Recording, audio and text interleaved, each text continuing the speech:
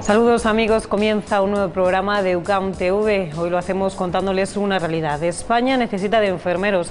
Según los últimos datos que tenemos, hay un déficit de 120.000 de estos profesionales. Precisamente esta semana se ha celebrado el patrón de enfermería y nosotros queremos mostrarles los estudios adaptados ya al Plan Bolonia, al Plan de Estudios Europeo. También hablaremos de la situación actual de crisis económica que atraviesa nuestro país y del sector público. Lo haremos con Gabriel Elorriaga. Comenzamos ya nuestro programa de hoy, pero antes un breve repaso a los contenidos más destacados. España tiene un gasto autonómico de los más altos del continente europeo. El diputado nacional del PP, Gabriel Elorriaga, nos hablará sobre la reforma del sector público y la necesidad de cambios en la España de las autonomías. En el ámbito de las ciencias de la salud hablaremos de la falta de enfermeros y de cómo y dónde pueden formarse para obtener una titulación con grandes posibilidades en el mercado laboral. También nos ocuparemos de un trastorno que hace estragos entre los más jóvenes. Se multiplican las páginas de internet con consejos para perder peso hasta caer en un trastorno alimenticio grave como la anorexia o la bulimia. Investigadores de la Universidad Católica San Antonio nos darán a conocer los resultados de un estudio sobre prevención y hábitos saludables. Según las últimas investigaciones en la industria agroalimentaria, el futuro de la alimentación está en los probióticos, esos bebibles que regulan la tensión, que contienen LKS inmunitas o esteroles. El futuro está en alimentos que prevengan enfermedades. Se lo contamos junto al resto de noticias de esta semana. A través de su experiencia como gestora de proyectos de investigación de ciencias del deporte del Plan Nacional I+D+I 2008-2011 del Ministerio de Ciencia e Innovación, Amelia Ferro ha explicado a los alumnos y personal docente y de investigación de la UCAM cómo cumplimentar con éxito la solicitud de la convocatoria de proyectos de investigación fundamental, una convocatoria compleja que esta ponencia ha intentado acercar. Para ello se han desgranado los aspectos fundamentales que los investigadores deben tener en cuenta a la hora de completar su proyecto para que éste sea seleccionado. En primer lugar, tienen que leer bien la convocatoria, luego presentar una redacción clara y completa. Que la idea sea novedosa, sea relevante, sea oportuna, que la difusión de esos resultados sea también novedosa, que esos resultados lleguen a las personas que son objeto de estudio. Y que esa información se difunda a través de publicaciones en otros ámbitos y colectivos para que el conocimiento científico fluya, que es uno de los objetivos prioritarios del Plan Nacional de Investigación Científica, Desarrollo e Innovación. Es de producir artículos científicos.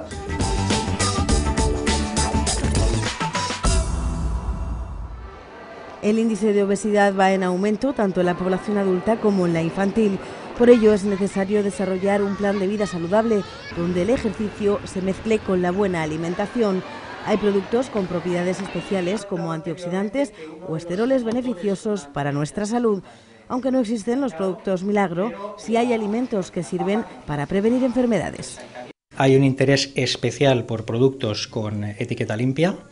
Realizamos la aproximación a los mercados del mundo anglosajón y nos encontramos en este mundo con que hay además un interés especial en productos de bajo índice glicémico. Con esto el fruta va sufriendo una evolución en lo que es la definición o la caracterización de la gama de productos. Enfermedades como el sobrepeso, el colesterol, la hipertensión o la diabetes se están convirtiendo en pandemias del siglo XXI. Precisamente estos trastornos son los que han promovido la investigación en alimentos naturales que contribuyen al bienestar y la salud. Empezamos a desarrollar productos funcionales dirigidos al mundo de los diabéticos. Empezamos a entender y a comprender el concepto, todo lo que hay alrededor del concepto de bajo índice glicémico, y en unos de los desarrollos, en una de las gamas que tenemos en marcha, pues en el año 2007 nos encontramos con que tenemos un principio activo que puede ser sumamente atractivo de cara al futuro y potenciamos la investigación en esa línea. Ignacio Zaldúa, vicepresidente de Desarrollo Estratégico de Negocio en Rudolf Weil, empresa dedicada a la fabricación de ingredientes naturales para la industria alimentaria, ha impartido la conferencia La innovación natural y su importancia en la salud en el marco de las jornadas de Mercado, Economía e Innovación en Alimentación 2011 que organiza la UCAM. La segunda unidad de negocio dentro del grupo es una unidad refrescante.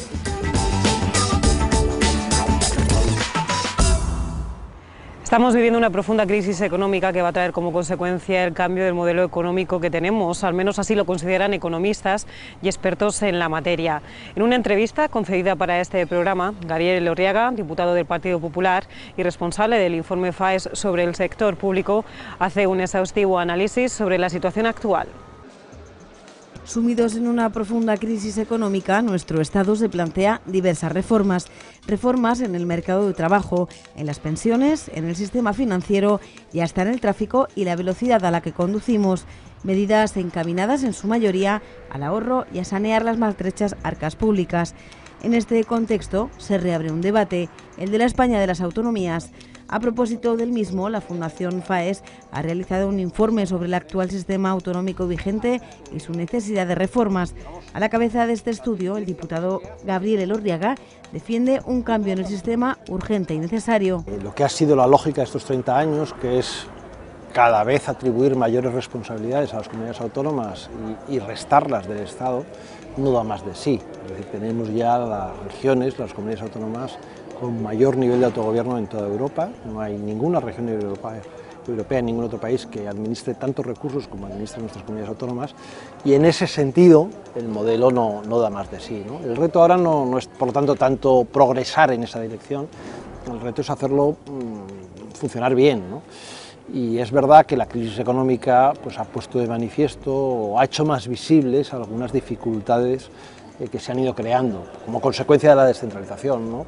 Duplicidades de gasto, excesos, crecimientos a veces no demasiado justificados de plantillas o de personal, es decir, problemas, digamos hasta cierto punto naturales, después de 30 años de crecimiento constante de las comunidades autónomas, pero que en una etapa como esta pues conviene sentarse a mirar con atención y a corregir en la medida de lo posible.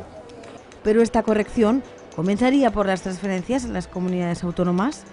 Hablando en términos generales, sí, sin duda, sí. Es decir, en España las comunidades autónomas son las grandes administradoras del estado del bienestar, generan todos los servicios públicos relacionados con la sanidad pública, con todo el sistema educativo, desde la infancia hasta la universidad, todos los servicios sociales, incluida la atención a la dependencia.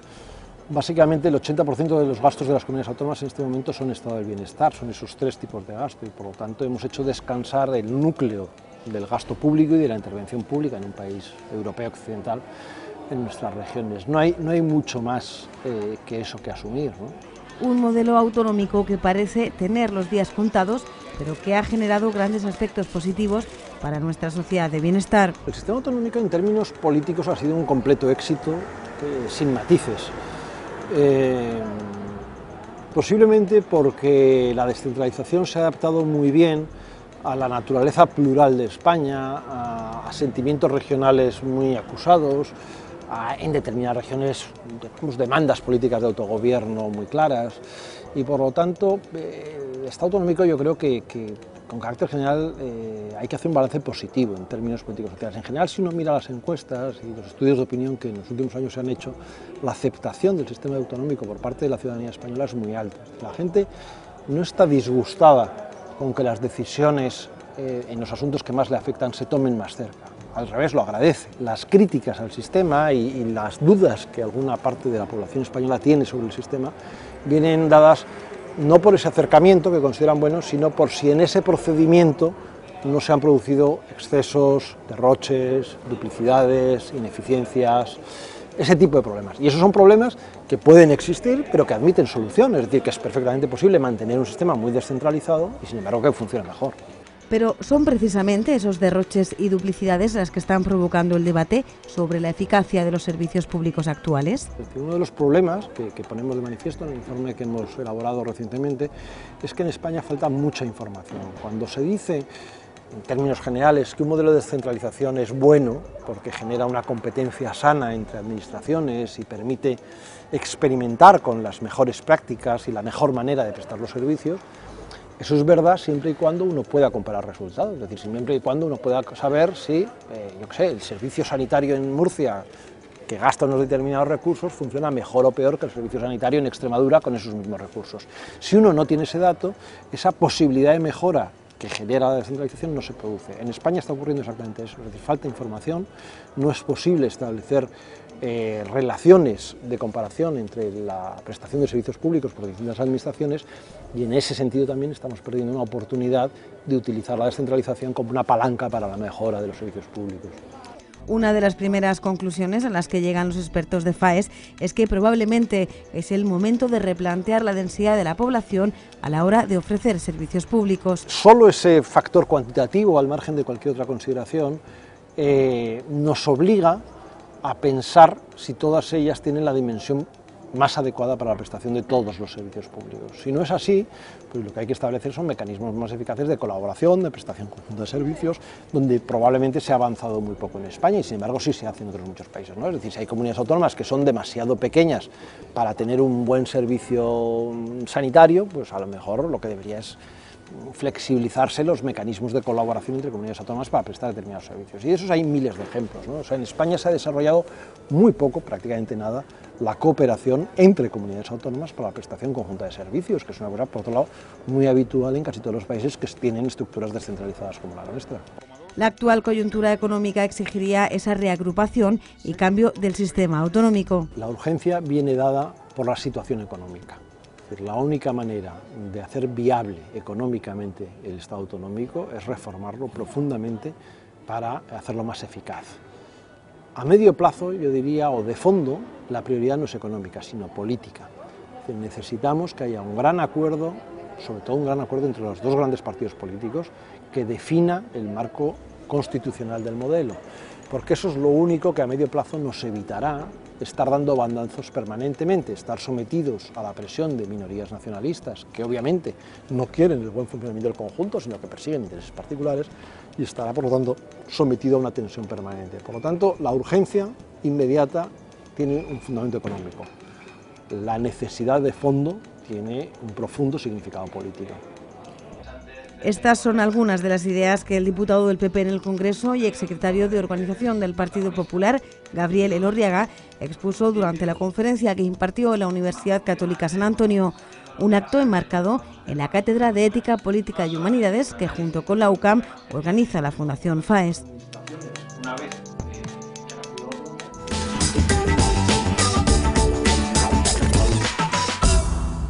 Sí, depende de la madurez del adolescente, depende también en qué edad estén consumiendo una publicidad u otra, depende también de la persona. No todos los adolescentes son tan susceptibles a asumir un tipo de publicidad y adquirir comportamientos a raíz de ello.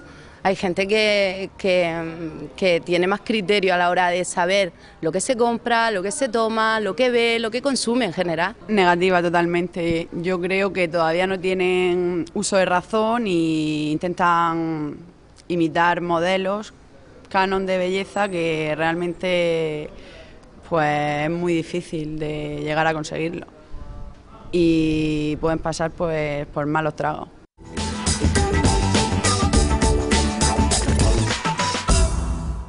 Para adaptarnos al sistema sanitario europeo y mejorar así la sanidad de nuestro país, España necesita 150.000 profesionales. Conscientes de ello, cada vez son más los jóvenes que se matriculan de grado de enfermería en la Universidad Católica San Antonio. Europa y España necesitan enfermeros. Un reciente informe del Senado refleja que España se enfrenta a un déficit de 120.000 enfermeros, una cifra que el Consejo General de Enfermería de nuestro país, máximo órgano regulador de la profesión, elevó a 150.000 como número real de profesionales que nuestro sistema sanitario necesita, una cifra que podría llegar a los 190.000 en los próximos 10 años a causa de las jubilaciones masivas. Ante la progresiva demanda de profesionales, el ámbito sanitario se ha convertido en una de las ramas universitarias más demandadas. La Universidad Católica San Antonio lleva 3 años ofreciendo a sus alumnos el grado de enfermería adaptado al nuevo Plan de Estudios Europeos.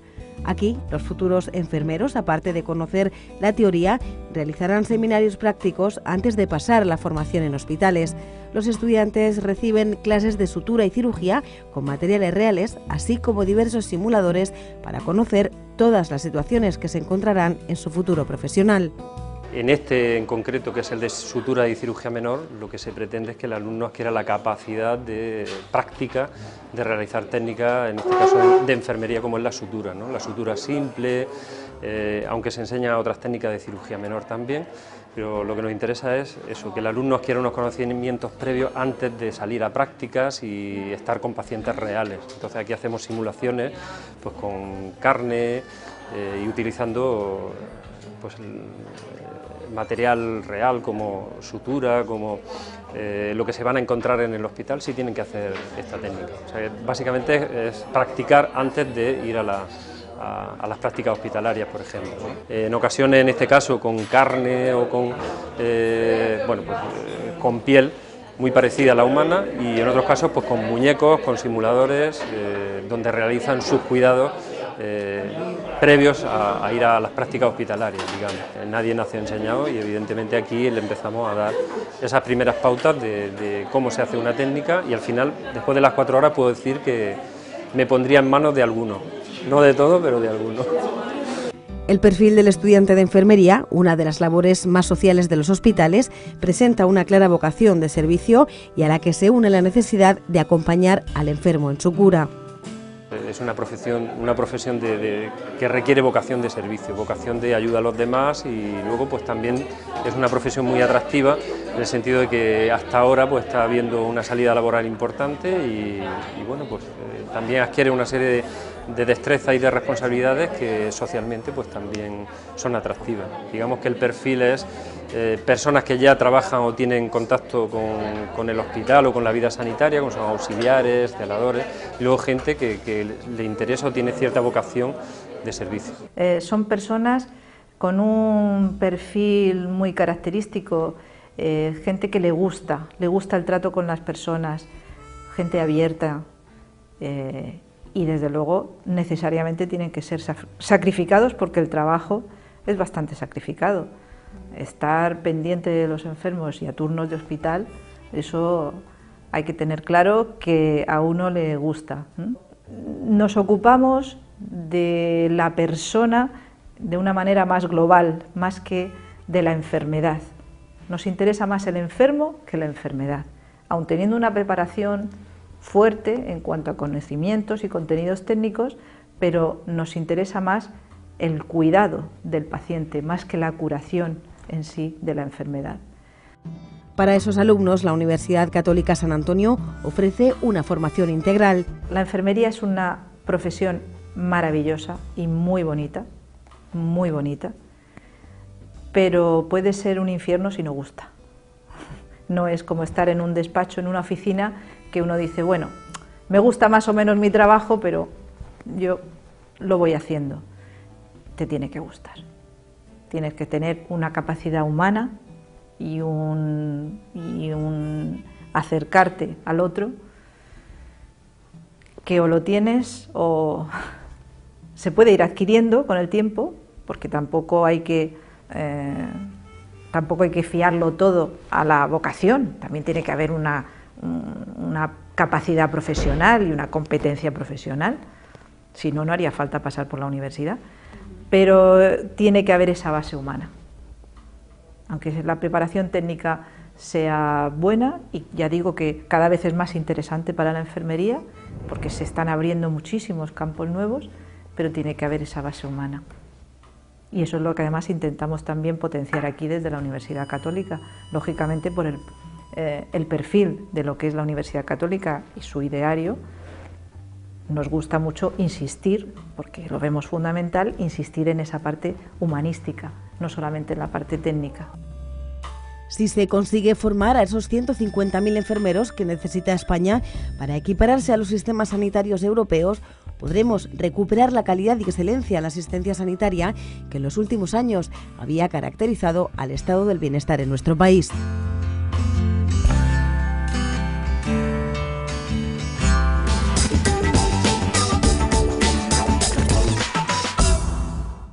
es bueno en cuanto a que te informa sobre el producto, entonces te lo puedes comprar o dejar de comprar si no te interesa. Vale, es que la meta de la publicidad primero no es de informar, sino de convencer. Entonces pienso que lo que puedes ver en la pantalla y todo eso puede influir de una manera no tan positiva, sino negativa también sobre los jóvenes, la manera de comer, los alimentos y todo eso. Por eso que quizás tenemos a regularlo, a inserir como a regularlo.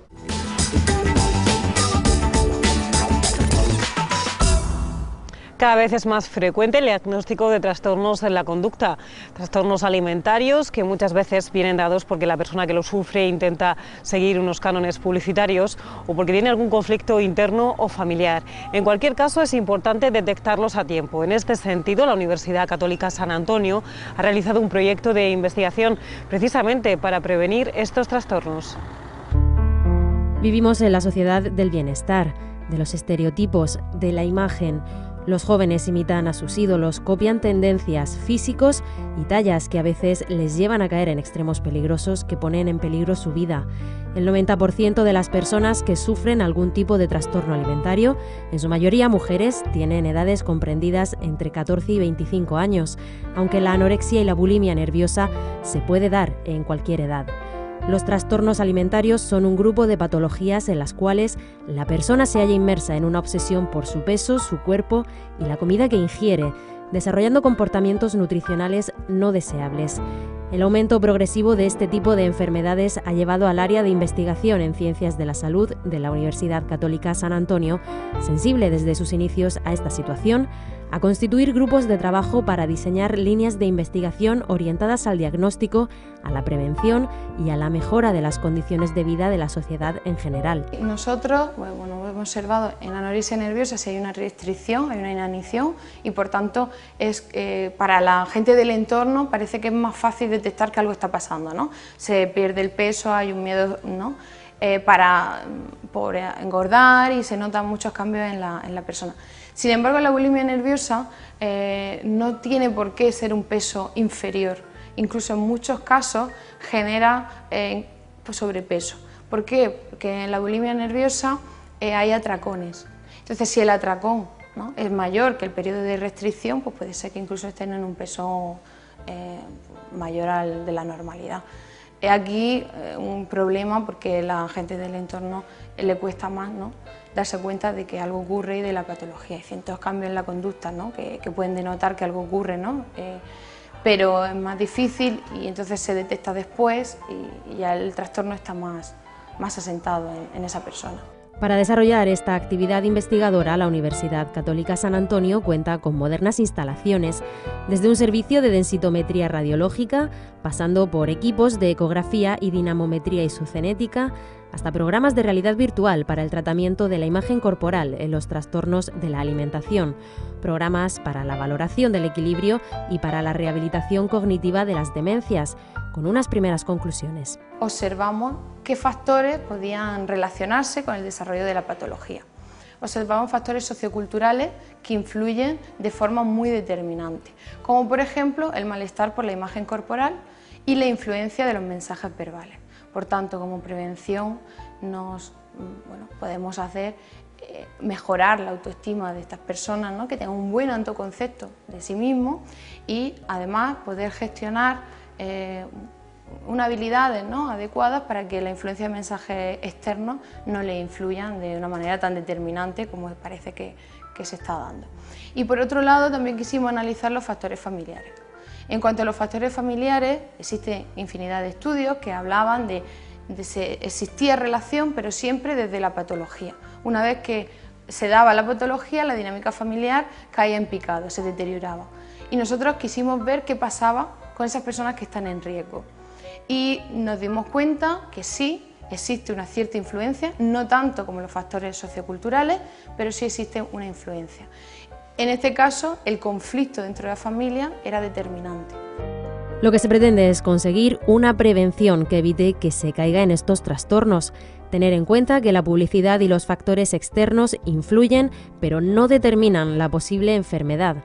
Eso es lo que le llaman los líderes de comunidad, ¿no? Personas que te fijas que son tu modelo y que bueno, deben de intentar, ¿no? Con su ejemplo o incluso con su experiencia, pues indicar a la población lo que es también saludable, lo que no es saludable. La obesidad y sus consecuencias será el próximo objeto de estudio por parte del área de Ciencias de la Salud de la Universidad Católica San Antonio.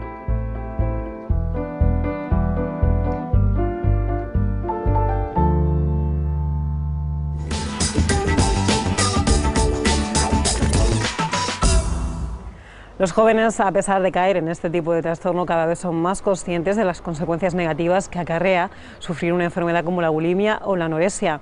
Por esto, y para rendir más en sus estudios, se preguntan cuáles son las pautas alimentarias más propicias en su edad y, como cada semana, nuestros expertos responden. ¿Cuál debería ser la alimentación de un estudiante? Pues es una pregunta complicada y lo primero que tiene que ser un universitario es consciente de la importancia que tiene la nutrición en su rendimiento, en este caso académico, que es lo que más le interesa. Yo no hablaría tampoco de una nutrición para el estudiante, hablaría de una nutrición, y por lo que se mueve en los temas de investigación actualmente, una nutrición personalizada, en función de las necesidades de cada uno. Y le remitiría directamente a los profesionales que estamos formando en la casa, ¿no? Y esos nutricionistas que van a estudiar sus necesidades exclusivas, específicas, y que les van a hacer rendir mejor si estamos hablando de rendimiento académico.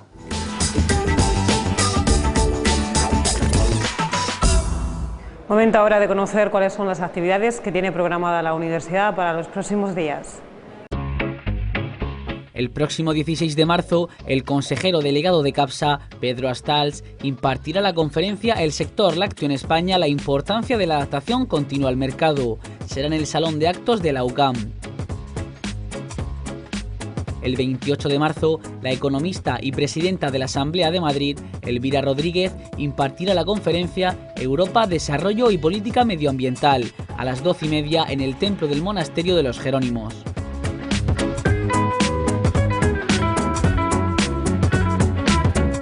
Esto ha sido todo por hoy, volvemos dentro de 7 días. Si tienen alguna consulta que hacernos, pueden enviarnos un email a ucamtv@populartvmurcia.com.